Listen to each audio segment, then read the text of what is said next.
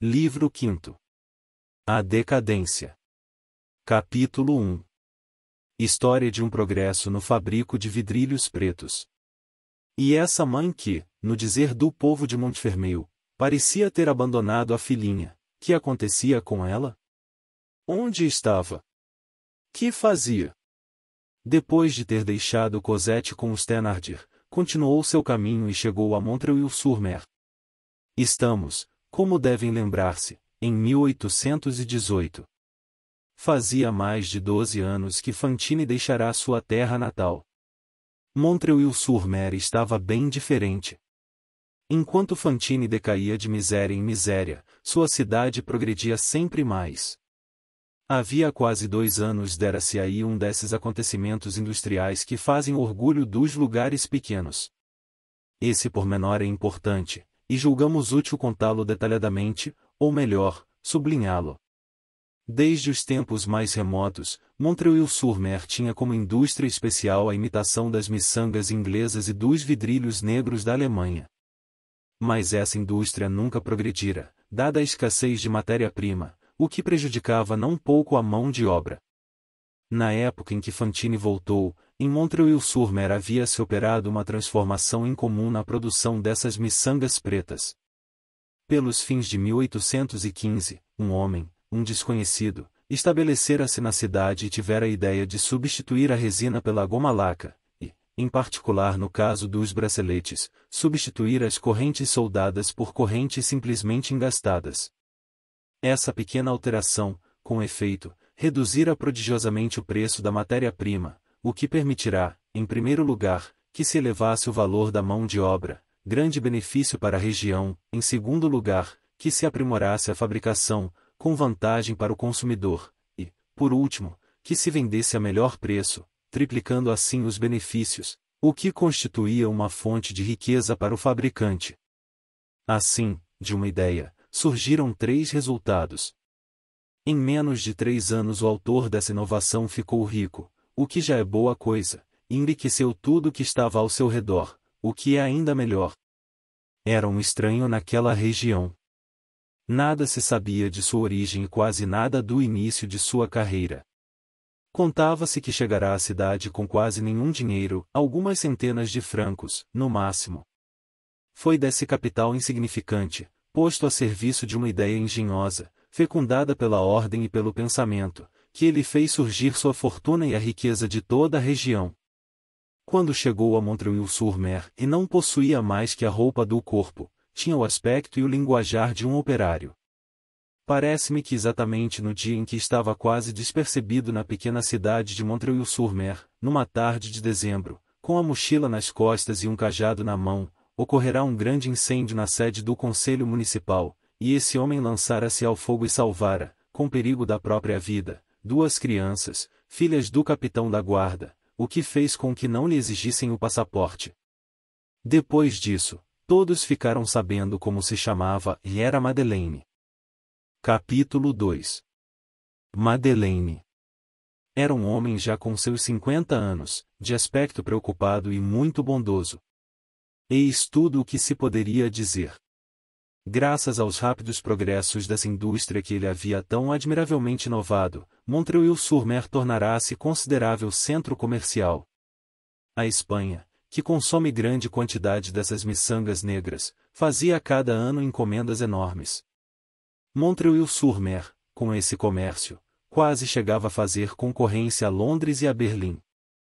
Os benefícios de Madeleine eram tão grandes que, a partir do 2º ano, ele pôde construir uma grande fábrica, com vastas oficinas, uma para os homens e outra para as mulheres. Quem quer que tivesse fome podia apresentar-se ali e estar certo de encontrar pão e trabalho. Madeleine pedia aos homens de boa vontade, às mulheres de bons costumes e a todos probidade. Dividiu as oficinas, para separar os sexos, conservando a integridade moral das mulheres e das mocinhas. Sobre esse assunto, era inflexível. Aliás, esse é o único ponto em que ele foi, de algum modo, intolerante. Tanto mais tinha razão para essa severidade, porque Montreuil-sur-Mer era a sede da guarnição e não eram poucas as ocasiões de corrupção. Além de tudo, sua vinda fora uma bênção e sua presença uma providência. Antes da chegada de Madeleine, tudo definhava naquela região, e agora tudo se renovava com a vida sadia do trabalho. A nova e florescente atividade econômica deu vida nova a toda a cidade. O ócio e a miséria eram desconhecidos. Não havia bolso, por mais obscuro que fosse, que não tivesse um pouco de dinheiro, ou uma casa tão pobre onde não houvesse um pouco de alegria. Madeleine dava emprego a todos. Não exigia senão uma coisa, e seja um homem honesto. Seja uma boa moça. Como dissemos, em meio a essa atividade da qual ele era a causa e o eixo principal, Madeleine fazia sua fortuna, mas, coisa verdadeiramente singular num comerciante, não dava a impressão de que fosse essa sua ambição. Parecia interessar-se mais pelos outros que por si mesmo. Em 1820, sabia-se que tinha depositado no Banco Laffitte a soma de 630 mil francos, mas, antes de reservar para si esses 630 mil francos, já havia gasto mais de 1 milhão com a cidade e com os pobres. As instalações do hospital eram insuficientes, doou-lhe, então, mais 10 leitos. Montreuil-sur-Mer está dividida em Cidade Alta e Cidade Baixa. A Cidade Baixa, onde morava, tinha somente uma escola, péssima construção quase em ruínas. Ele mandou construir duas, uma para as meninas e outra para os meninos. Pagava do próprio bolso aos respectivos professores um salário 2 vezes maior que a exígua remuneração oficial, e um dia disse a alguém que se mostrava admirado: os 2 principais funcionários do Estado são a ama de leite e o mestre-escola. Criará, às suas expensas, uma casa de asilo, coisa então quase desconhecida na França, e uma caixa para socorro dos operários velhos ou doentes. Como sua indústria se tornará um centro, rapidamente surgiu ao seu redor um novo bairro, onde havia um bom número de famílias indigentes. Fundou, então, uma farmácia que distribuía gratuitamente os medicamentos. Nos primeiros tempos, quando viam começando seus trabalhos, muita gente boa falou assim: é um espertalhão que quer fazer dinheiro. Quando viram enriquecer a cidade antes de enriquecer a si próprio, houve ainda muita gente boa que disse: é um grande ambicioso. Isso parecia bem mais provável porque o tal homem era religioso, de certo modo, praticante, coisa muito edificante naqueles tempos. Ia regularmente ouvir sua missa rezada todos os domingos. O deputado local, que por toda parte imaginava concorrências, não demorou muito a se inquietar com essa religiosidade. Esse deputado, que durante o Império fora membro do corpo legislativo, participava das ideias religiosas de certo padre do oratório conhecido pelo nome de Fouché, duque de Otranto, do qual havia sido amigo e protegido. Na intimidade, costumava rir moderadamente de Deus. Mas, quando viu esse rico industrial Madeleine assistir à missa das 7 horas, entreviu nele um possível candidato e resolveu superá-lo, tomou para confessor um jesuíta e pôs-se a frequentar a missa solene e as vésperas. A ambição, naquele tempo, pelo sentido exato da palavra, era uma verdadeira corrida. Os pobres, e Deus também, se aproveitaram desse terror, pois o honrado deputado também deu 2 leitos para o hospital, que elevou seu número a 12. Entretanto, em 1819, numa manhã, correu voz pela cidade que, a pedido do prefeito, e em consideração aos grandes serviços prestados à cidade, o Sr. Madeleine teria sido nomeado maire de Montreuil-sur-Mer pelo rei. Os que haviam declarado aquele estranho como um ambicioso, contentes, não deixaram passar essa ocasião porque todos esperam para exclamar: então, o que dissemos? Montreuil-sur-Mer estava em alvoroço. Era verdade.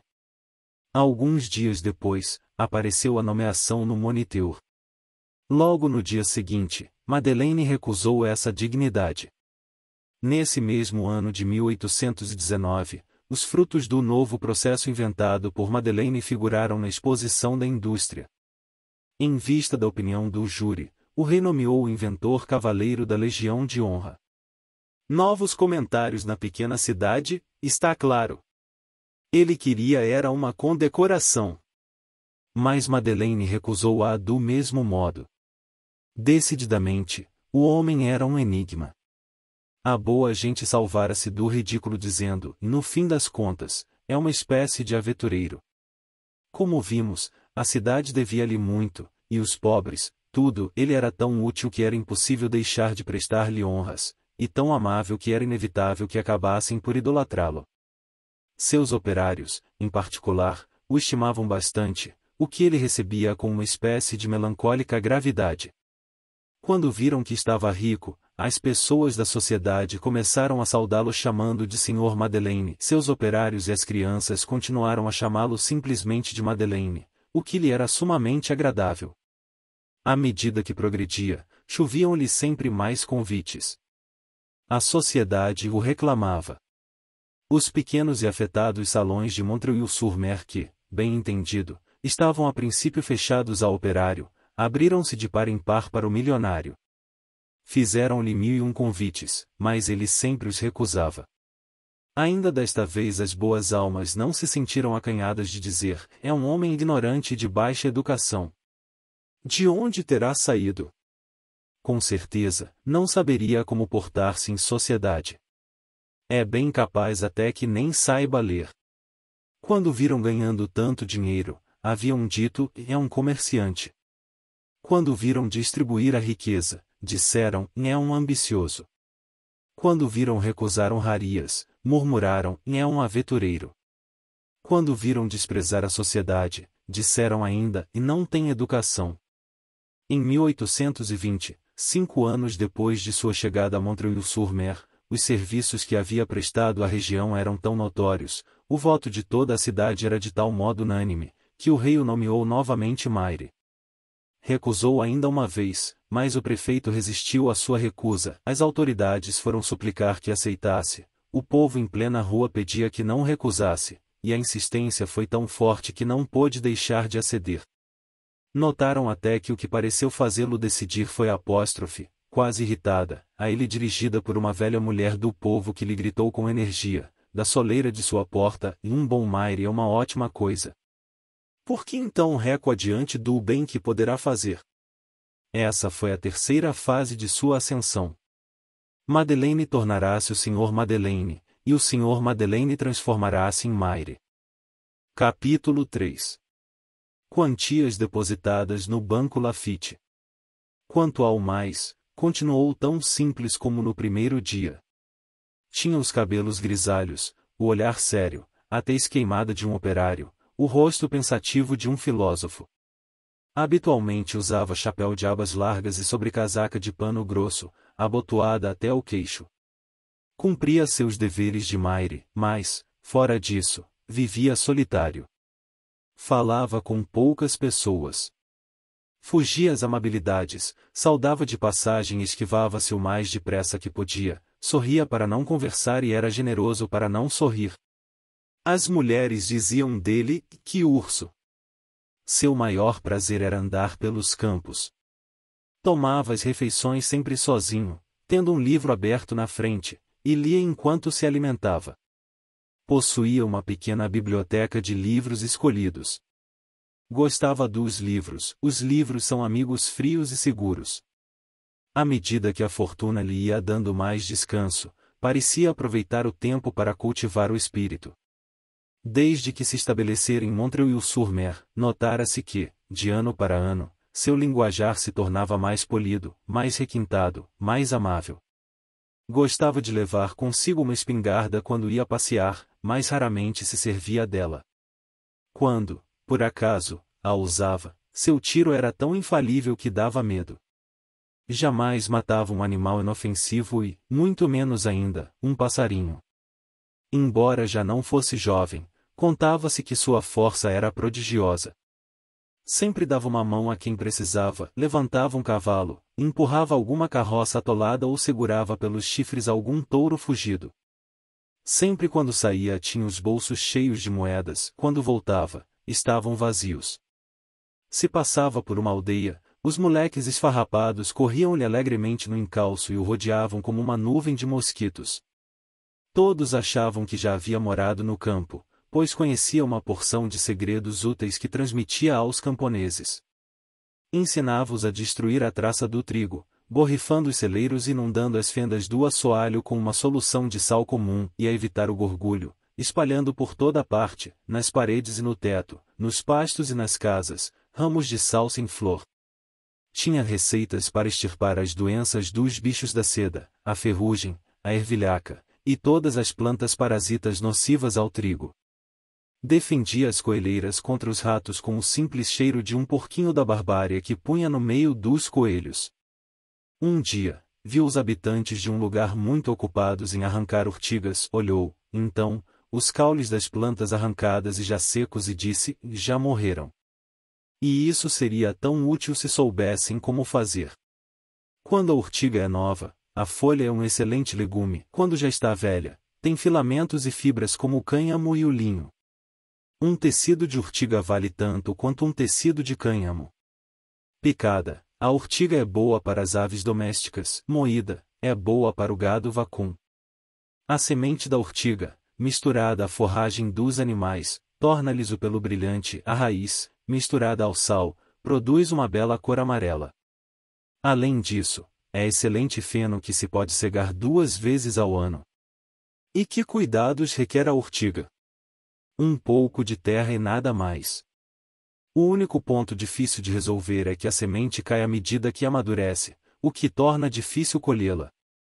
Aí está, com um pouquinho de trabalho, essa urtiga tornar-se-ia útil, desprezam-na, e ela se torna nociva. Então a destroem. Quantos homens se assemelham à urtiga? E acrescentou, depois de uma pausa, e meus amigos, guardem bem isto, não existem homens maus ou ervas más. O que há é maus cultivadores. As crianças eram suas amigas porque ele era muito hábil em fazer pequenas figuras de palha e casca de cocô. Quando via a porta da igreja coberta de preto, entrava, era tão curioso por enterros como outros o são por batizados. A viuvez e a desgraça alheia o atraíam por causa da grande doçura do seu caráter, misturava-se aos amigos enlutados, às famílias vestidas de negro, aos sacerdotes que rezavam ao lado de um ataúde. Parecia voluntariamente dar como texto a seus pensamentos aquelas salmodias fúnebres, cheias de visões de mundos desconhecidos. Olhos no céu, ele ouvia, com uma espécie de aspiração a todos os mistérios do infinito, as vozes tristes que cantam à beira do abismo obscuro da morte. Fazia inúmeras boas obras, às escondidas, como se fossem mais. Entrava furtivamente, à noite, em muitas casas, galgava incógnito muitas escadas. Algum pobre diabo, ao entrar em seu casebre, via que a porta tinha sido aberta, e até forçada, em sua ausência. O pobre homem gritava, um ladrão o havia roubado. Entrava, e a primeira coisa que via era uma moeda de ouro esquecida sobre um móvel qualquer. O ladrão era a Madeleine. Era afável e triste. O povo dizia, aí está um homem rico que não tem ares de soberbo. Eis um homem feliz que não parece estar contente. Alguns até o julgavam um personagem misterioso, afirmavam que jamais alguém entrará em seu quarto, verdadeira cela de anacoreta, cheia de ampulhetas aladas, enfeitado com tíbias em cruz e caveiras. Esse era o comentário geral, tanto que algumas mocinhas elegantes e maliciosas de Montreuil-sur-Mer foram um dia à sua casa e lhe disseram, Sr. Maire, mostre-nos o seu quarto de dormir. Dizem por aí que é uma verdadeira caverna.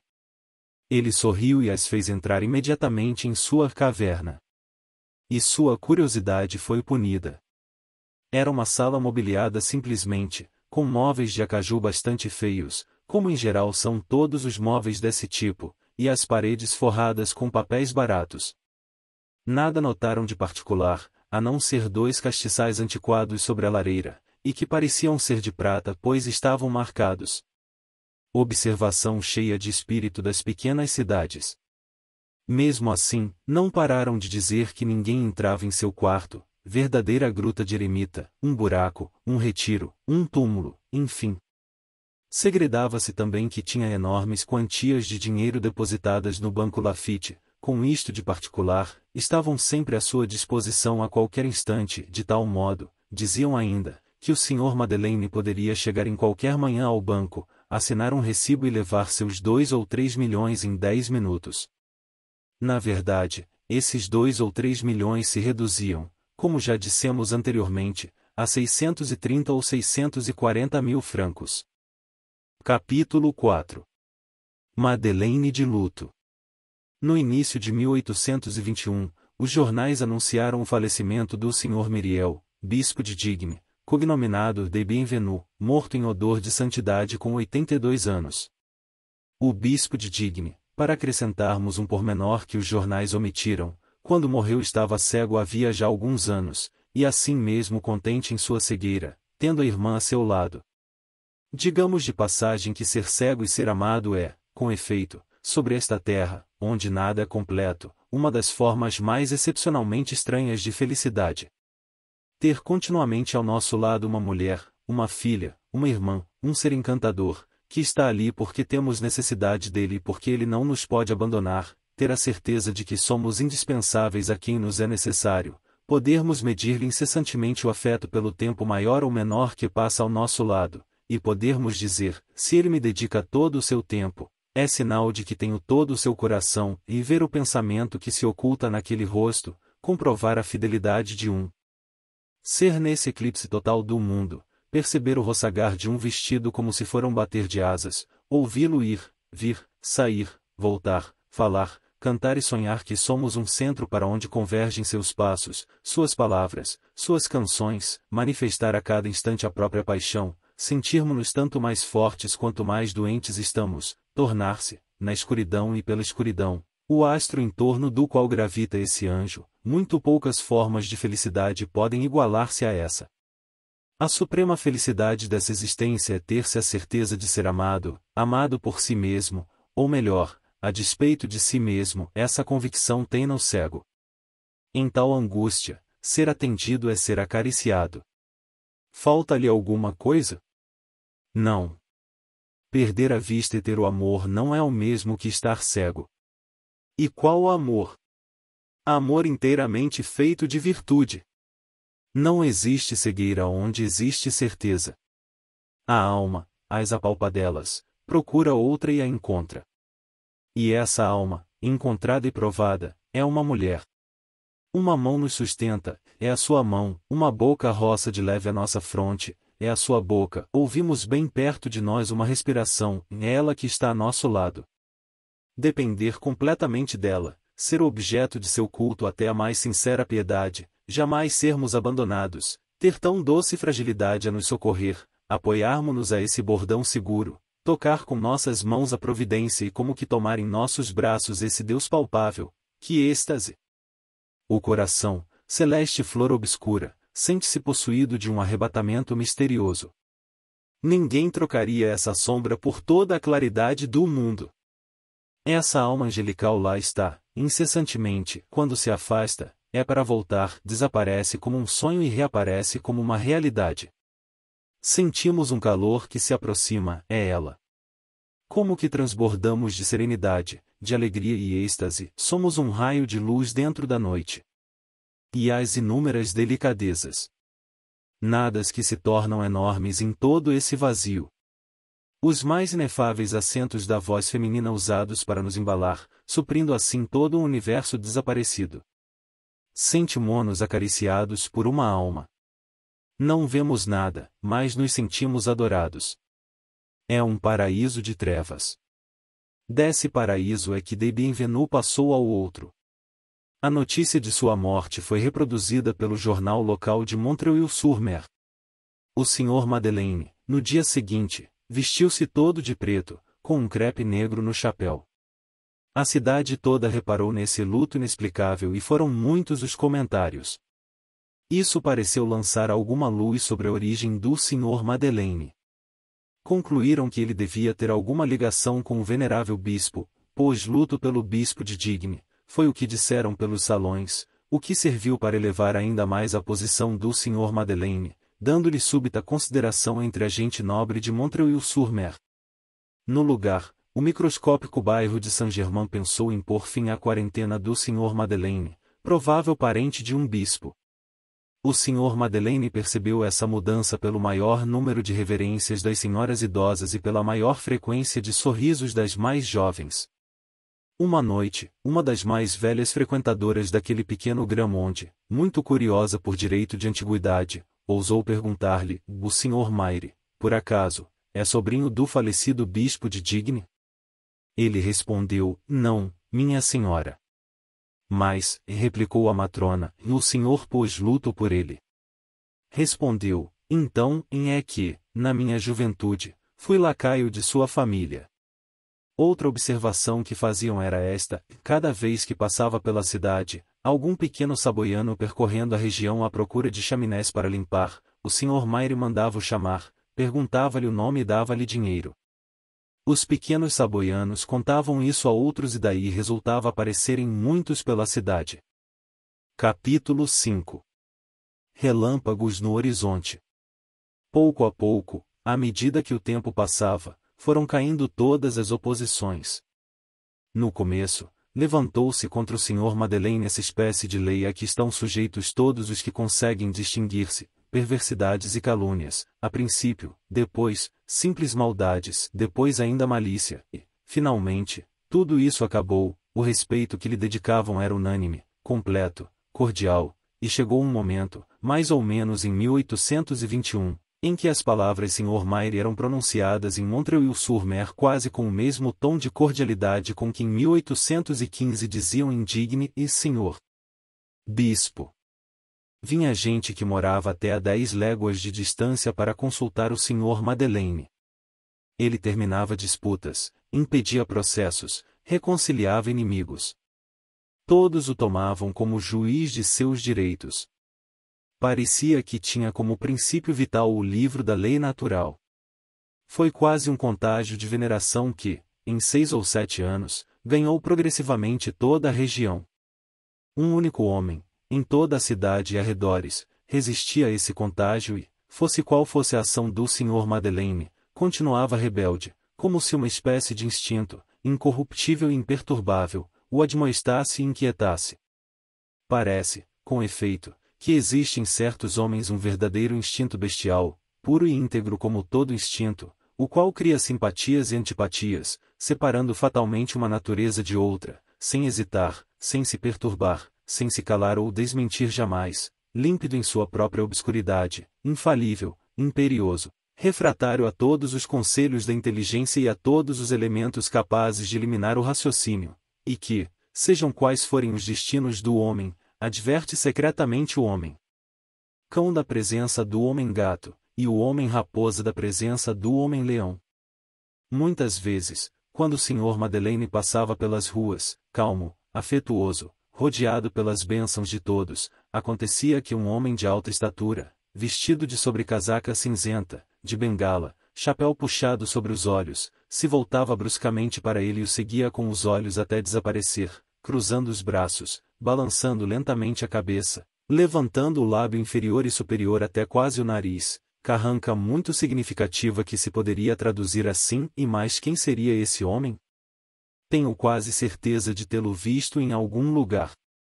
Em todo caso, não sou tão crédulo assim. Esse personagem grave, de seriedade quase ameaçadora, fazia parte desse tipo de pessoas que, apenas entrevistas, preocupam o observador. Chamava-se Javert e era da polícia. Ele preenchia em Montreuil-sur-Mer as funções penosas, mais úteis, de inspetor. Não presenciara o início da carreira de Madeleine. Javert devia o posto que ocupava à proteção de Chabouliet, secretário do Conde Angles, ministro de Estado, naquela época prefeito da polícia de Paris. Quando Javert chegou a Montreuil-sur-Mer, a fortuna do grande industrial já estava feita e Madeleine já era o Sr. Madeleine. Alguns membros da polícia têm uma fisionomia particular, mesclada a certo ar de baixeza e de autoridade. Javert tinha essa fisionomia, excetuando-se a baixeza. Segundo a nossa opinião, se as almas fossem visíveis aos olhos do corpo, veríamos distintamente essa coisa estranha, isto é, cada indivíduo da espécie humana corresponde a alguma das espécies do reino animal. Poderíamos reconhecer facilmente a verdade, apenas entrevista pelo pensador, de que, desde a ostra até a águia, desde o porco até o tigre, todos os animais estão no homem e cada um deles num único homem. Às vezes, até muitos de uma só vez. Os animais não são outra coisa que a figura de nossas virtudes e vícios, errando diante de nossos olhos, fantasmas visíveis de nossas almas. Deus nos mostra para fazer-nos refletir. A única diferença é que, sendo os animais simples sombras, Deus não os fez passíveis de educação, no sentido completo da palavra. Por quê? Pelo contrário, sendo nossas almas realidades e tendo um fim que lhes é próprio, Deus lhes deu inteligência, isto é, as fez capazes de educação. A educação social, quando bem feita, sempre poderá extrair de uma alma, seja ela qual for, a utilidade que ela contém. Isso seja dito, bem entendido, do restrito ponto de vista da vida terrestre aparente, sem prejudicar a questão profunda da personalidade anterior ou ulterior dos seres que não são homens. O ego visível não autoriza, de nenhum modo, o pensador a negar o ego latente. Feita essa reserva, continuemos. Agora, se admitirem conosco que em qualquer homem está contida uma das espécies animais da criação, ser-nos-á muito fácil explicar a personalidade do oficial de justiça Javert. Os camponeses das Astúrias estão firmemente convencidos de que em cada cria de loba existe um cão, que é morto pela própria mãe, se não o fizesse, quando este se tornasse grande, devoraria os outros filhotes. Deem uma face humana a esse cão filho de uma loba, e teremos Javert. Javert nascerá numa prisão, filho de uma cartomante cujo marido estava nas galés. Crescendo, julgou-se excluído da sociedade e perdeu toda a esperança de nela entrar. Notou, igualmente, que a sociedade mantém irremissivelmente afastadas duas classes de homens, os que a atacam e os que a protegem. Ele só podia escolher entre essas duas classes, ao mesmo tempo que sentia em seu íntimo não sei que rigidez, regularidade ou probidade, de mistura um ódio inexprimível a essa classe de boêmios a que ele pertencia. Entrou para a polícia. Deu-se bem. Com 40 anos, fora nomeado inspetor. Em sua juventude, trabalhava entre os forçados do MID. Antes de prosseguirmos, entendamo-nos sobre estas palavras face humana, que usamos há pouco a respeito de Javert. A face humana de Javert consistia em um nariz chato, com duas narinas muito abertas para as quais subiam, dos dois lados de seu rosto, enormes suíças. A gente se sentia mal na primeira vez em que se deparava com essas duas florestas e essas duas cavernas. Quando Javert ria, o que era muito raro e terrível, seus lábios muito finos separavam-se, deixando ver não só os dentes, mas também as gengivas, produzindo ao redor do nariz uma dobra achatada e selvagem que lhe dava o ar de um focinho próprio de animais ferozes. Javert, quando sério, era um cão, quando ria, transformava-se num tigre. Quanto ao mais, cabeça pequena e queixo volumoso, os cabelos caídos sobre as sobrancelhas escondiam-lhe a fronte, entre os dois olhos, uma ruga permanente como se fora uma estrela de cólera, olhar obscuro, boca afetada e temível, um ar de comando feroz. Esse homem se compunha de dois sentimentos muito simples e relativamente bons, mas que ele tornava maus, tanto os exagerava, respeito à autoridade e ódio a qualquer rebelião, a seus olhos, o roubo, o assassino e todos os crimes não passavam de formas de rebelião. Ele envolvia numa espécie de fé cega e profunda tudo o que tem uma função no Estado, desde o primeiro-ministro até o guarda campestre. Cobria de desprezo, de aversão e tristeza tudo o que houvesse transposto, por uma vez sequer, o limite legal do crime. Era absoluto e não admitia exceções de espécie alguma. De um lado, costumava dizer, o funcionário não se pode enganar, o magistrado sempre está com a razão. De outro lado, falava assim, e esses aí estão irremediavelmente perdidos. Nada podem produzir de bom. Participava completamente da opinião desses espíritos extremistas que atribuem à lei humana não sei que poder de produzir ou, se quiserem, de constatar a existência de demônios, localizando sob a sociedade dos homens o infernal estige. Era estoico, sério, austero, um pensador triste, ao mesmo tempo humilde e altivo como são os fanáticos. Seu olhar era um verdadeiro estilete, frio e penetrante. Toda a sua vida se resumia em duas palavras, vigiar e observar. Introduzir a retidão no que de mais tortuoso há no mundo, tinha consciência de sua utilidade, a religião do seu dever, era espião como se é padre. Desgraçado de quem lhe caísse nas mãos. Prenderia o próprio pai se ele fugisse das galés e denunciaria a própria mãe se ela escapasse do cárcere. E o faria com essa espécie de satisfação interior própria da virtude. E, com isso tudo, levava uma vida de privações, de isolamento, de abnegação, de castidade, sem uma distração sequer.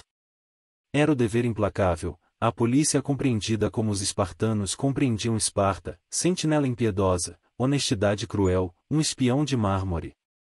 Era Bruto encarnado em Vidocq. Toda a pessoa física de Javert era a expressão do homem que espia e se oculta. A escola mística de Joseph de Maistre, que, por essa época, temperava de alta cosmogonia os jornais denominados ultramontanos, não teria dúvidas em chamar Javert de símbolo. Ninguém lhe via a fronte, encoberta pelo chapéu, não se lhe viam os olhos, ocultos sob as sobrancelhas, não se lhe via o queixo, escondido pela gravata, não se lhe viam as mãos, escondidas nas mangas, tampouco o bastão que costumava carregar por baixo da sobrecasaca. Mas, chegada a ocasião, via-se de repente sair de toda essa sombra, como de uma emboscada, uma fronte angulosa e estreita, um queixo ameaçador, mãos enormes, empunhando um enorme bastão. Em seus momentos de descanso, pouco frequentes, embora odiasse os livros, lia alguma coisa, o que fazia com que não fosse de todo iletrado. Podia-se notar essa particularidade pela ênfase que às vezes dava às palavras. Não tinha vício algum, como dissemos. Quando se sentia satisfeito consigo mesmo, tomava uma pitada de rapé. Esse era o único ponto em que se assemelhava ao resto da humanidade.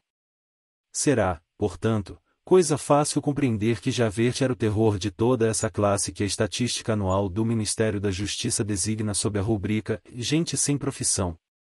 O nome apenas de Javert os punha em fuga, o rosto de Javert petrificava-os. Assim era esse homem temível. Javert era como que um olho incessantemente fixo sobre o Sr. Madeleine. Olho cheio de suspeitas e conjecturas. O Sr. Madeleine acabou percebendo essa insistência, mas parecia que isso pouco o incomodava. Nunca dirigiu a Javert nenhuma pergunta, não o procurava nem o evitava, suportava, sem parecer dar-lhe atenção, aquele olhar incômodo e quase pesado. Tratava Javert como os outros, com deferência e bons modos. Por algumas palavras que Javert deixou escapar, podia-se adivinhar que ele havia procurado secretamente, com a curiosidade própria da sua espécie, feita mais de instinto que de bondade, todos os vestígios anteriores deixados em algum lugar pelo Sr. Madeleine. Ele parecia saber, e às vezes até o dizia por meias palavras, que alguém havia tomado algumas informações em certo lugar sobre determinada família desaparecida. Uma vez aconteceu até de ele dizer, falando consigo mesmo, e acho que o peguei. Depois permaneceu, por 3 dias, pensativo, sem pronunciar palavra. Parecia que o fio ao qual se prendera se havia rompido. Apesar de tudo, e este é o corretivo necessário ao sentido demasiado absoluto de algumas palavras, nada pode haver de realmente infalível numa criatura humana, e é próprio do instinto precisamente essa possibilidade de ser perturbado, despistado, desnorteado. Sem o que ele seria superior à inteligência, e encontraríamos no animal mais luz do que no homem. Javert, naturalmente, estava um tanto desconcertado pela completa naturalidade e tranquilidade do Sr. Madeleine. Contudo, um dia, seus modos estranhos impressionaram vivamente o Sr. Madeleine. Eis em que ocasião.